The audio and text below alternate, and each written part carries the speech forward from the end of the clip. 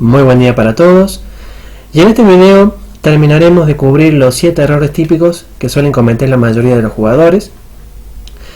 Y vamos a comenzar con el error típico número 5, ¿sí? En el cual vamos a ver a Michael Adams jugar una partida contra Ross en la semifinal. En el año 2018 se jugó esta partida, donde Michael Adams básicamente lo que trata de hacer es seguir un plan erróneo sin analizar si es favorable o no realizar ese plan. Básicamente él no ve que sus piezas no están, digamos, lo suficientemente preparadas como para llevar a cabo un plan de ese estilo. No analiza, sino que lo hace, digamos, de manera automática, y que esto puede ser un error que lo pueden cometer muchos de ustedes, y que bueno, ahora cuando lo veamos en la partida sí se van a dar cuenta de lo que estoy hablando. Entonces el error típico número 5 se trata de seguir con un plan que nuestras piezas no pueden soportar, ¿sí? Y en esta partida, bueno, Michael Adams plantea un E4 y ante un C5 juega la Alapin, ¿sí? Con C3. Y ahora, por ejemplo, D5, C por D5, Dama por D5, ¿sí? Y ante un D4 ya tenemos una tentativa de jugar peón Dama aislado, así que va a ser el tema de la partida. Luego de, por ejemplo, E6, caballo F3, caballo F6, alfil E2, se desarrollan las piezas de manera normal, ¿verdad? Siguiendo lo que dice la teoría de la apertura. C por D4, C por D4, caballo C6, caballo C3, ¿sí? Desarrollando las piezas de manera normal.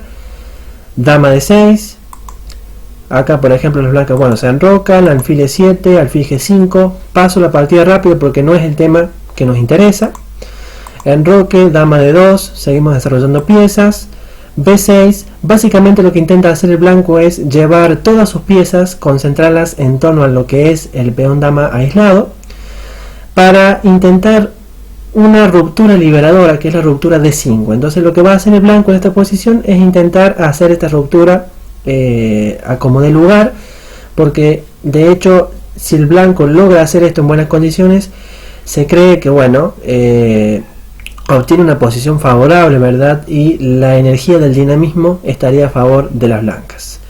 Entonces aquí, bueno, luego de torre AC1, alfil B7 y torre FD1 tenemos una posición de lujo, ¿verdad? En teoría, con las piezas blancas. Solo quedaría hacer algunos detallitos, algunos acomodos en la posición. Torre AC8, como por ejemplo esta jugada, alfil H4, caballo D5, alfil G3, llevándolo al alfil a una mejor casilla. Dama D8, ¿sí? Liberamos la pieza que está ocupando el punto D5 porque queremos realizar sí o sí la ruptura de 5. Y alfil C4, dama A5 para tratar de cambiar damas. Dama E2 no nos interesa, ¿sí? Nosotros seguimos con nuestro plan típico, que es tratar de jugar D5 a como dé lugar. Y luego de alfil F6, el negro acepta que ya no puede evitar la jugada de 5, y entonces en este momento el blanco juega D5, ¿sí? Siguiendo con el plan automático. Por supuesto que si vemos las partidas de Karpov, Kasparov, vamos a ver millones de posiciones en la cual Kasparov y Karpov hicieron la jugada de 5, ganaron la partida de forma brillante, obtuvieron una posición dinámica, sus piezas jugaron, etcétera, etcétera, etcétera. Michael Adams se deja guiar por esta monotonía, ¿sí? No evalúa la posición de sus piezas, y entonces vamos a ver ahora lo que le pasa. En teoría parece que no pasa absolutamente nada, ¿verdad? Parece que todo está bien, parece que el blanco ha logrado una posición de lujo, pero ahora con CE por D5 vamos a ver las opciones, ¿sí? Una opción es caballo, torre por D5, perdón, a lo que aquí luego surge un golpe mortal, ¿sí? Que lo deja knockout al blanco. La jugada dama por D5, una jugada, ¿sí? Avasalladora, aprovechando que hay una pieza indefensa en la casilla C1, y caballo D4 es letal, ¿verdad? Estamos atacando al alfil de D5, la torre de C1, la dama colgando en E2, está todo colapsando, ¿verdad? De la nada.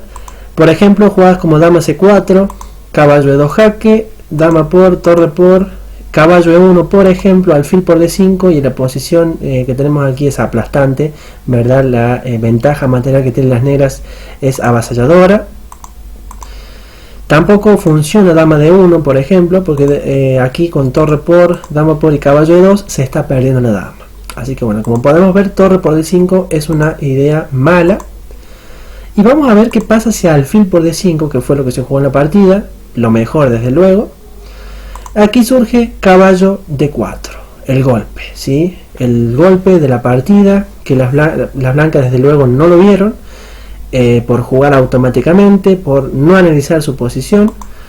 Caballo por D4, dama por D5, se amenaza mate en G2. Jugadas como caballo F3 no ayudan porque vienen torre por y dama por A2 y se está ganando la partida. ¿Sí? Ventaja, sacamos un peón de más en un final, lo cual eso sería decisivo. Y si caballo C6, ¿sí? Tratando de frenar un poco la amenaza de mate, y además estamos tocando la dama con la torre de D1. Luego de dama por A2, caballo E7 jaque, alfil por, torre por y dama por E7. Ahora viene el golpe mortal, dama D5, ¿sí? Y bueno, aquí tuvieron que abandonar las blancas, ¿sí? Que básicamente quedaron sorprendidas, ¿sí? Por esta posición, ¿verdad? Porque ellas sencillamente no esperaban que fuera a surgir una serie de problemas. Básicamente surgieron muchas ideas que tienen que ver con amenazas de mate en la primera, amenazas de mate en G2, piezas sueltas siempre. Lo que quiere decir que las piezas del blanco nunca estuvieron bien colocadas. Pero ¿cuál es el detalle que llevó a perder a las blancas? El detalle que llevó a perder a las blancas y con lo cual ellas no lo tuvieron en cuenta antes de jugar D5 es el alfil de G3. Este alfil de G3 realmente está muy mal ubicado en G3, no es su casilla habitual, dado que generalmente este alfil suele ir en la casilla E3. Fíjense que ahora, si el alfil lo tuviéramos en E3, no hubiera ningún problema, no habría ningún problema con temas de pieza suelta en C1 ni nada por el estilo, dado que el alfil estaría defendiendo la torre de C1. Pero al estar en G3, básicamente fue un detalle mínimo, pero que aquí las blancas no evaluaron ese detalle. Y ellas pensaban que bueno, sigo mi plan habitual de jugar de 5, todo automático, y me termino encontrando con este golpe tremendo táctico, ¿sí? Que me tira el plan por el piso. Entonces tengan muy presente esto, sobre todo cuando en algún momento estudien posiciones típicas, por ejemplo de Carlsbad, o posiciones de estructuras de peones habituales. Si bien es cierto que existen alguna serie de planes y formas de ubicar las piezas, traten siempre de evaluar la posición, ¿sí? Traten siempre de ver si está bien lo que van a hacer, si les conviene o si realmente es una idea errónea. Más allá de que Karpov haya jugado 200.000 partidas y haya ganado haciendo la idea que van a realizar, evalúen si está bien lo que van a hacer o si es realmente un error, porque eso es realmente, si logran hacer eso, les incrementará su nivel desde luego, y su juego va a progresar muchísimo. Así que bueno, vamos a pasar al error típico número 6. Muy bien, el error típico número 6 se trata de no usar los peones. Esta partida se jugó entre Velotka y Vaganian en el año 2001. Decía que este final está igualado si el blanco lo juega bien, pero aquí hay un detalle, y el detalle es que la diferencia de elo que existe entre los jugadores básicamente determinó el resultado de la partida y llevó a cometer este error, ¿sí? De no usar los peones por tener miedo, ¿sí? Por voy a debilitar, el gran maestro me va a ganar por esto, ¿sí? El jugador aquí tenía 2400, mientras que Vaganian era un jugador de 2600 aproximadamente en ese año, estaba en pleno esplendor. Y bueno, aquí le da una elección realmente Vaganian de al no jugar bien, le da una elección, ¿sí? Le gana un final magistralmente.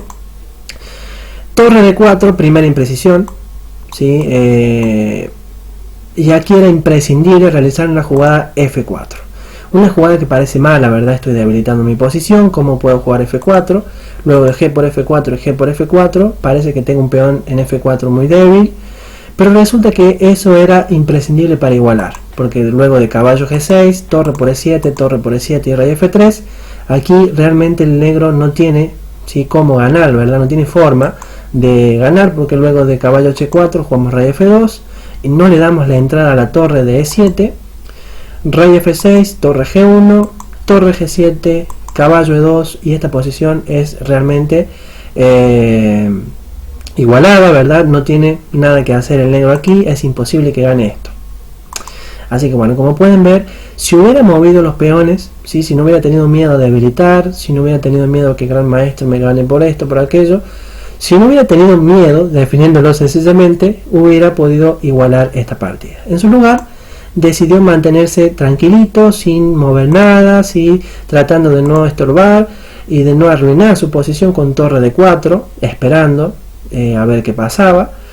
Y bueno, aquí el Gran Maestro le da una lección, va mejorando su posición de poquito, rey F6. Aquí había una nueva chance de jugar F4, lo cual llevaba algo parecido a la posición que vimos anteriormente, que daba tablas, pero nuevamente rechaza esa oportunidad el blanco y no juega torre C2, un error garrafal, ¿verdad? Está esperando, sigue esperando la posición, mientras que aquí el negro H5 ya empieza a mejorar su rey.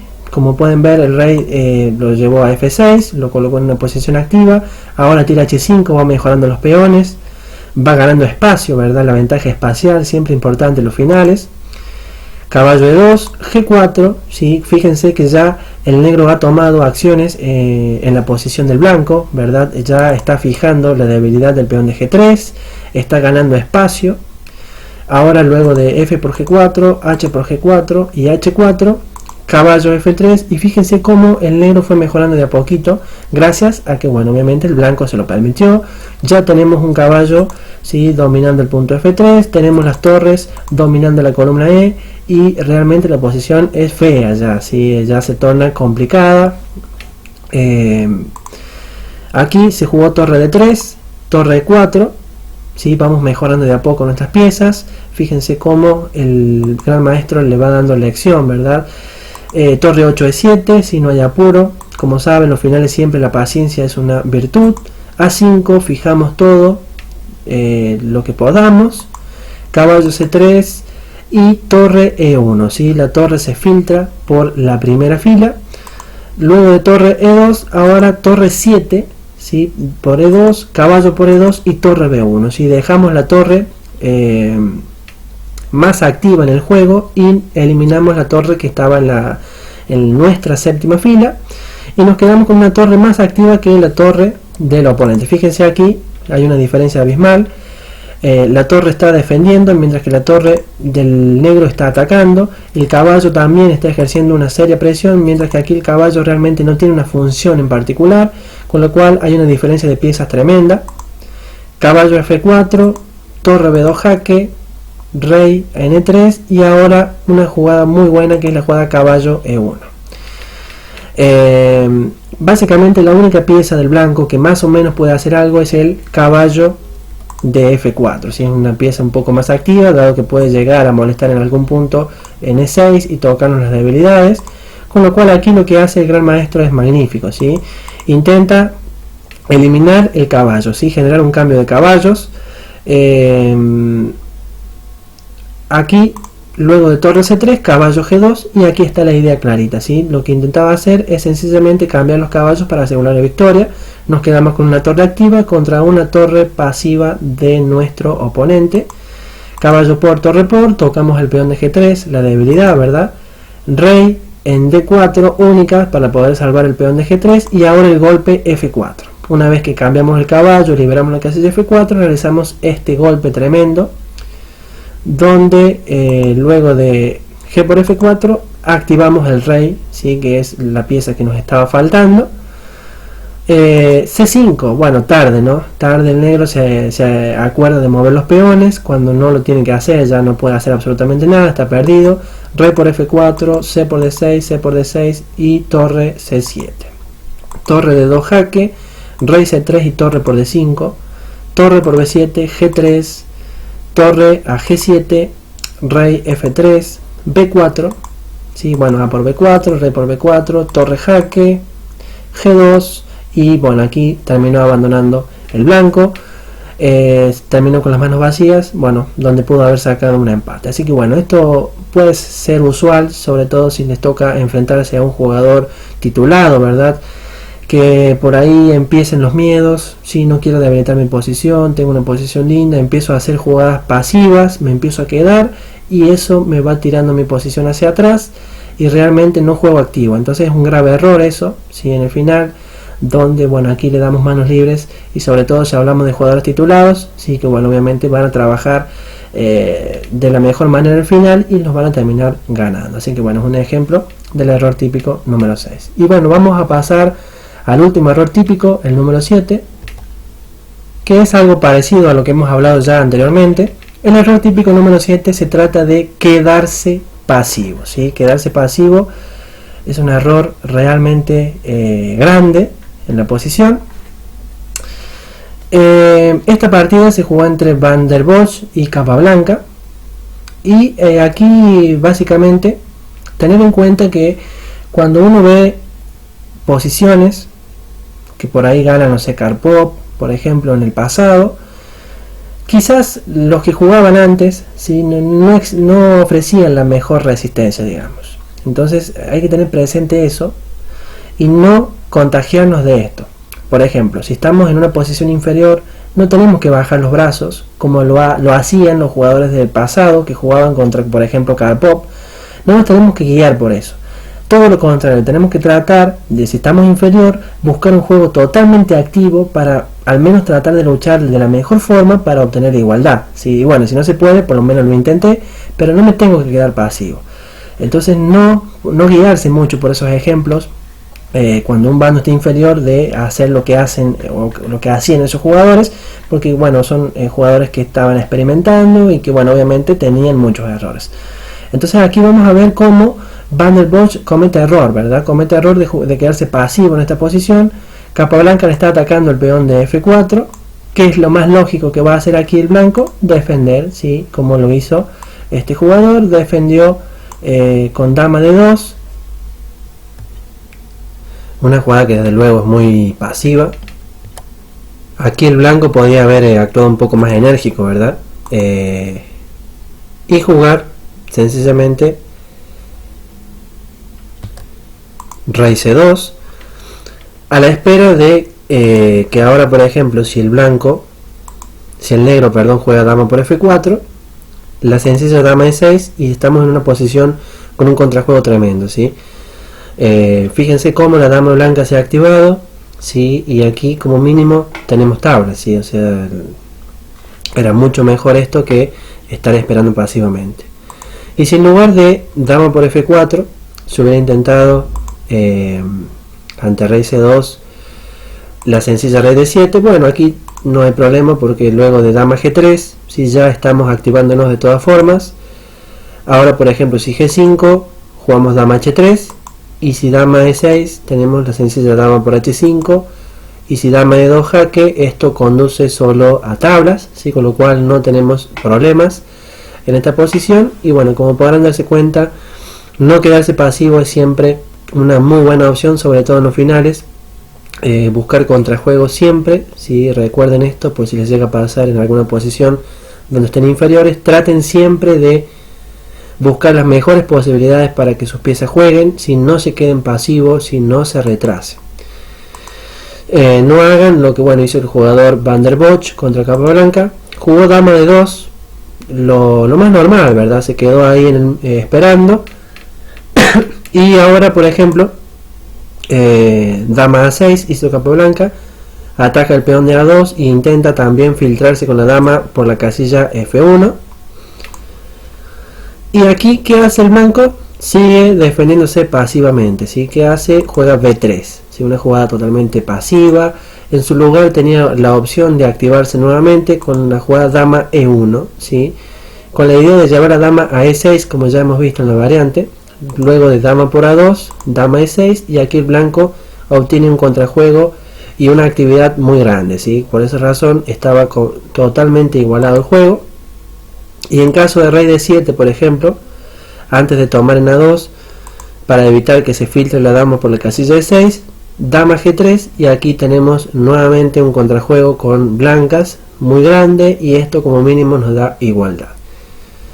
Así que bueno, opciones que el blanco tuvo y que dejó escapar por quedarse pasivo. Aquí jugó B3 como les había mencionado. Entonces capa blanca, bueno, jaque, ¿sí? Mejoró su dama. Rey D7 mejorando el rey de a poco. Dama C2 manteniéndose, ¿verdad? B5, por ejemplo, si A4 jugó A6, A por B5, A por B5, rey A3, rey C6 y rey B4, ¿sí? Como un error grande, ¿sí? Del jugador blanco, dado que eso desencadenó en una jugada que aniquila la posición del blanco, que es la siguiente: dama E1, y esta jugada es letal, ¿sí? Aquí abandonó el blanco, dado que no hay esperanzas, ¿sí? En esta posición se está amenazando el jaque mortal en la casilla E7, y por ejemplo retroceder con rey, tenemos ese jaque, ¿sí? Con lo cual estamos ganando los peones. Luego de tapar con la dama en A2 ganamos el peón de C3 y bueno, se viene todo abajo en la posición del blanco, con lo cual por esa razón terminó abandonando. Y bueno, sencillamente el error típico número 7 es muy común también, quedarse pasivo. Le pasa a muchos jugadores que por ahí tienen una posición linda o más o menos decente y de pronto en el final empiezan como a opacarse, empiezan a quedarse, empiezan a empeorar su posición de a poco, y tienen que ver quizás con esto. Es muy común ver esto, así que bueno, estén muy atentos, traten de percibirse en sus partidas estos errores están presentes, y bueno, obviamente trabajen y corríjanlo, que es la idea de obviamente los videos que hemos estado haciendo. Así que bueno, espero que les haya servido mucho estos 7 errores que hemos estado viendo en los videos. Pido disculpas por no poder haber subido con anterioridad este video, la verdad que hace bastante que lo tenía que haber hecho, pero bueno, razones del tiempo no me permiten. Así que bueno, muchas gracias por ver este video y espero que bueno, les sirva mucho en la práctica. Nos vemos.